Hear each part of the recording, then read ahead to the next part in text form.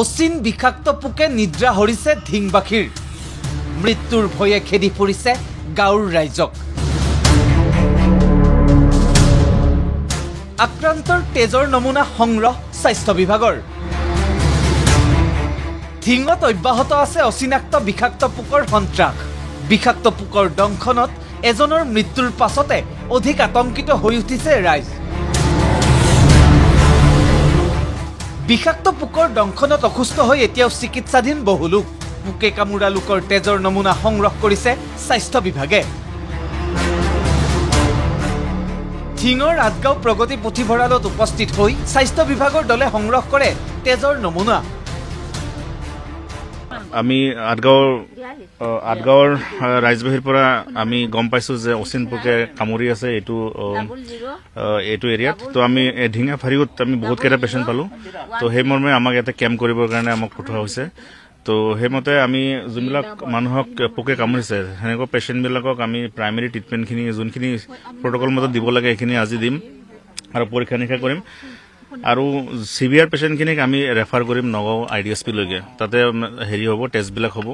আৰু ফাৰ্দাৰ ট্ৰিটমেণ্টখিনি তাতে হ'ব প্ৰায় 15-20 দিন ধৰি ধিঙৰ আদগাঁৱত এই অচিন পোকবিধে অব্যাহত ৰাখিছে সন্ত্ৰাস 3-4 দিন ধৰি বৃদ্ধি পাইছে পোকৰ আক্ৰান্তৰ সংখ্যা বনগাহৰিৰ পৰাই পোকৰ সংক্ৰমণ হোৱাৰ সন্দেহ কৰিছে একাংশ ৰাইজে পোকৰ আক্ৰান্তটো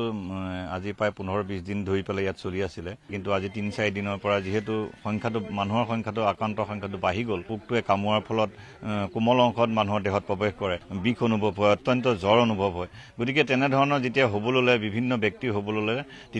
যেতিয়া নিৰ্দিষ্ট এৰিয়াত যেতিয়া সেই পোকটো দেখিবলৈ পাইছিল সেই নিৰ্দিষ্ট আক্ৰান্ত হোৱা মানুহবিলাকে তাৰ পৰা এটা অনুভৱ কৰিছিল যে বিশেষকৈ আদগাঁও এই অঞ্চলটোত অত্যন্ত গাহৰি আজি প্ৰায় 2 বছৰৰ পৰা ইয়াৰ অত্যন্ত গাহৰি সংখ্যা বৃদ্ধি পাইছে গাহৰিৰ পৰা এই বীজাণুবিলাক বিয়পা বুলি সন্দেহ প্ৰকাশ কৰিছে আৰু মই আশা ৰাখিছোঁ স্বাস্থ্য বিভাগে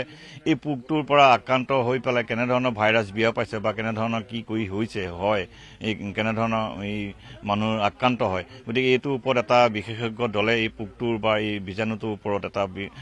পৰীক্ষা নিৰীক্ষা কৰাৰ প্ৰয়োজন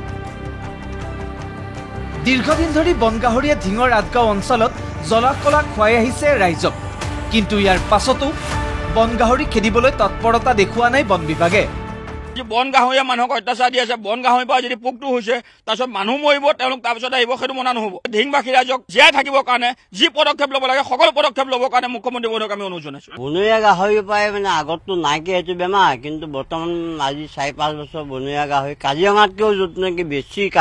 গাহৰি আছে এতিয়া আমি অনুভৱ কৰিছোঁ যে এইটো গাহৰিৰ পৰাই এই পোকটো সৃষ্টি হ'ব পাৰে গাহৰি সমস্যাটোৰ কাৰণে বন বিভাগৰ কোনো ধৰণৰ সহায় নাই আনকি বন বিভাগৰ কোনো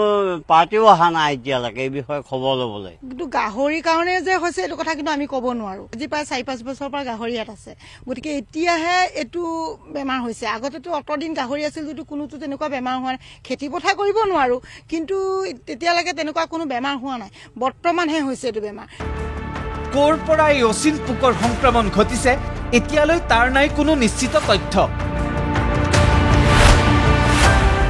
তেনেস্থলত পোকৰ সংক্ৰমণ ৰোধিবলৈ স্বাস্থ্য বিভাগে গ্ৰহণ কৰিব লাগিব বিশেষ পদক্ষেপ পোকবিলাক নিৰ্মূল কৰিবৰ কাৰণে যেহেতু আমি আগতে দেখিছিলোঁ যে প্ৰতিখন গাঁৱতে DDT দিয়াৰ ব্যৱস্থা আছিল কিন্তু আজি অলপ দিনৰ পৰা আমি DDT দিয়াৰ ব্যৱস্থাটো আমি নেদেখোঁ গতিকে তেনেধৰণৰ কিবা ব্যৱস্থা এই ৰোগটো বা এই পোকটো নাইকিয়া কৰিবৰ কাৰণে তেনেধৰণৰ কিবা DDT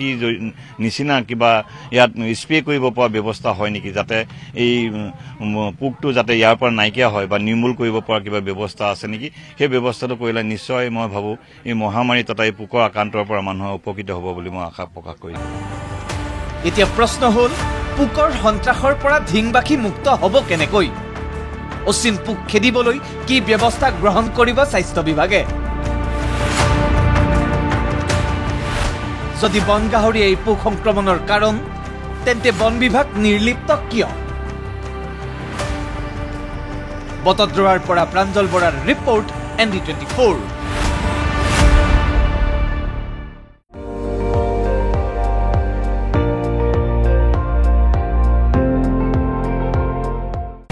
আপুনি চাই আছে ND24 সৰ্বশ্ৰেষ্ঠ নহয় সৰ্বোত্তমৰ দৌৰত